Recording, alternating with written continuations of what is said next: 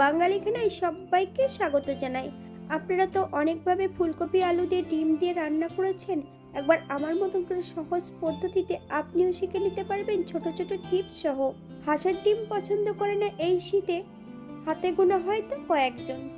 তবে হাঁসের ডিম এমনভাবে রান্না করলে খেতে কিন্তু দুর্দান্ত হবে। তবে আমার বাড়িতে কিভাবে আলু ফুলকপি জুই ঝাল দিয়ে হাঁসের ডিম রান্না করা হলো, চলুন সেটা একবার দেখে নেওয়া যাক ভিডিওর মাধ্যমে। আজকে আমি রান্না করব ফুলকপি আলু দিয়ে হাঁসের ডিমের কষা।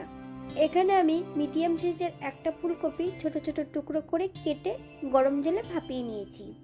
বেশ কিছুটা আলু আগের থেকে পরিষ্কার করে রেখেছি, ছোট ছোট টুকরো করে কেটে নিয়েছি। আর 6টা হাঁসের ডিম আগের থেকে সেদ্ধ করে পরিষ্কার করে রেখেছি।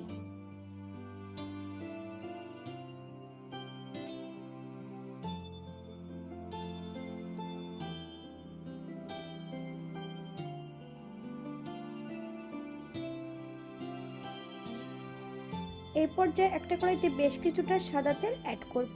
সামান্য একটু নুন হলুদ দিয়ে প্রথমে আমি আলুগুলো ভেজে নেব। আমি এখানে সাদা তেলে রান্না করছি, আপনারা সর্ষের তেলেও রান্নাটা করে নিতে পারেন।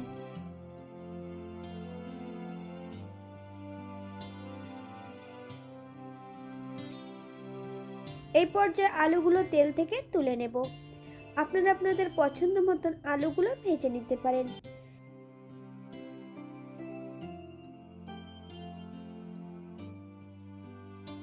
একই তেলে লবণ আর হলুদ গুঁড়ো দিয়ে ডিমগুলোও ভেজে নেব। ডিমগুলো কিন্তু হালকা করে কেটে নেওয়া আছে, আপনারা হয়তো দেখলেই বুঝতে পারবেন।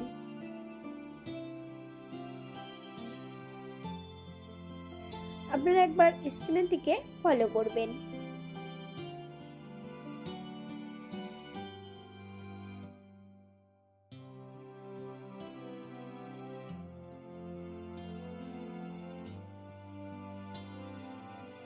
উল্টিয়ে পাল্টিয়ে ডিমগুলো বেশ ভালো করে ভেজে নিয়েছি। এই পর্যায়ে সম্পূর্ণ ডিমগুলো তেল থেকে তুলে নেব। আপনারা এর থেকে কম বেশি ডিমগুলো ভেজে নিতে পারেন। একই তেলে আমি ফুলকপিগুলো ভেজে নেব। তবে ফুলকপি ভাজার সময় লবণ অ্যাড করব না, হলুদ গুঁড়ো দিয়ে ফুলকপিগুলোকে বেশ ভালো করে ভেজে নিতে হবে। আমি ফুলকপিটা ভাজছি কিন্তু হাই ফ্লেমে।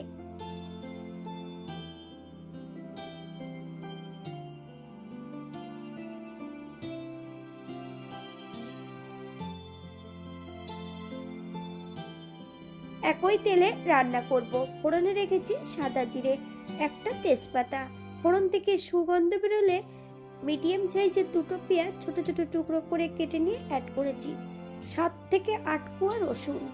পেঁয়াজ রসুন থেকে যতক্ষণ কাঁচা গন্ধ বেরোবে ততক্ষণ বেশ ভালো করে ভেজে নিতে হবে।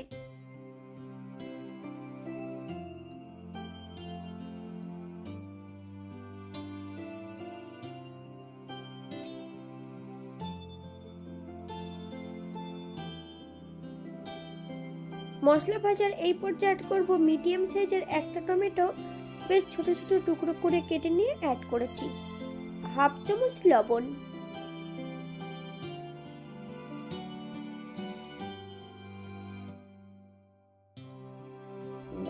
লবণ যদি অ্যাড করা হয় টমেটোগুলো ভাজতে তাড়াতাড়ি হবে।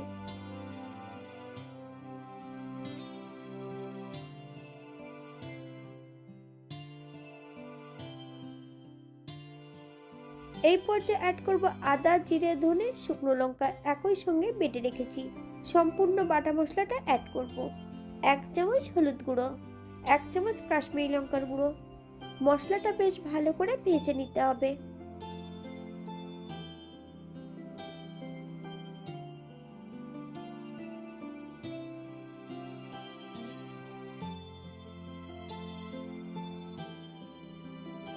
বেশ কিছুটা কাঁচা লঙ্কা অ্যাড করব, আপনারা যদি পছন্দ করেন তাহলে পরিমাণে বাড়িয়ে দিতে পারেন। এই পর্যায়ে মশলা ধোয়া বাটি থেকে সামান্য একটু জল অ্যাড করব। মিডিয়াম আঁচে মশলাটা বেশ ভালো করে কষিয়ে নিতে হবে। তবে মশলা কষানোর মাঝপথে আমি এখানে আলু আর বেশ কিছুটা চুই ঝাল অ্যাড করব।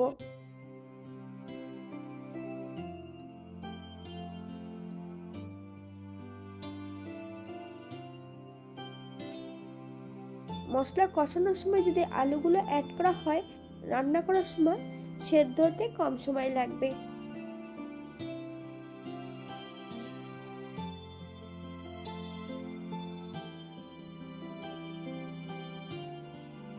ভেজে রাখা ফুলকপি আর ডিমগুলো দিয়ে সব মশলা সহ একই সঙ্গে ভালো করে কষিয়ে নিতে হবে।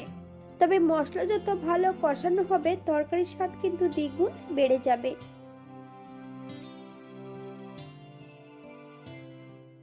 বাঙালি রান্না ঘরোয়া উপকরণ দিয়ে আপনাদের যদি রান্নাগুলো পছন্দ হয় তাহলে চ্যানেলটি সাবস্ক্রাইব করে দিয়ে পাশে থাকবেন। পাশে থাকা বেলটি বাজিয়ে দেবেন, নইলে নিত্য নতুন রান্নার নোটিফিকেশন পাবেন না। এই পর্যায়ে অ্যাড করব 2 কাপ গরম জল। আপনাদের যতটা গ্রেভির প্রয়োজন আপনারা ততটা জল অ্যাড করতে পারেন। হালকা হাতে নেড়ে চেড়ে বেশ ভালো করে মিশিয়ে দিতে হবে।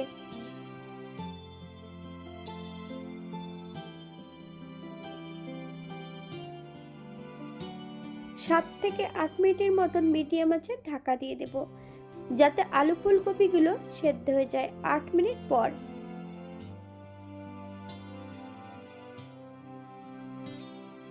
এই পর্যায়ে হালকা হাতে একবার নেড়ে চেড়ে নিতে হবে। একবার সবজিটা চেক করে নিতে হবে যে সেদ্ধ হয়েছে কিনা। 1 চামচ চিনি অ্যাড করব। আপনারা যদি পছন্দ করেন তাহলে পরিমাণে বাড়িয়ে দিতে পারেন। চিনি অ্যাড করার পর হাই ফ্লেমে 2 থেকে 3 মিনিটের মতন রান্না করে নিতে হবে।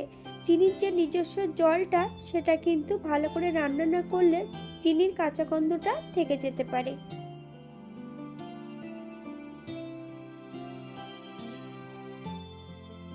এই পর্যায়ে অ্যাড করব 1 চামচ গরম মশলা বাটা, 1 চামচ ঘি।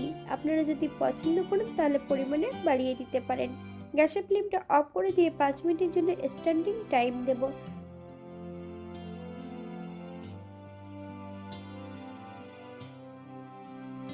এটা দেখতে যেমন ভারী সুন্দর হয়েছে, এটা গরম ভাতে, রুটি, পরোটা সবকিছুর সঙ্গে অসম্ভব ভালো লাগবে। আপনারা বাড়িতে একবার একই পদ্ধতিতে বানিয়ে নেবেন। যারা টক দই অথবা চাল মগজ বাটা পছন্দ করেন তারা অবশ্যই অ্যাড করতে পারেন।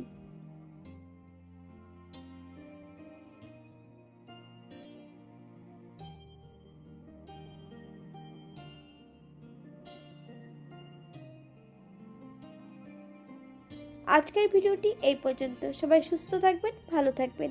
অন্যদিন নতুন রেসিপি নিয়ে আপনাদের সামনে আবার আমি হাজির হব। নতুন ও পুরনো সকল বন্ধুদের অসংখ্য ধন্যবাদ ভিডিওটি দেখার জন্য। হাতে যদি সময় থাকে তাহলে একটা লাইক, কমেন্ট, শেয়ার করবেন।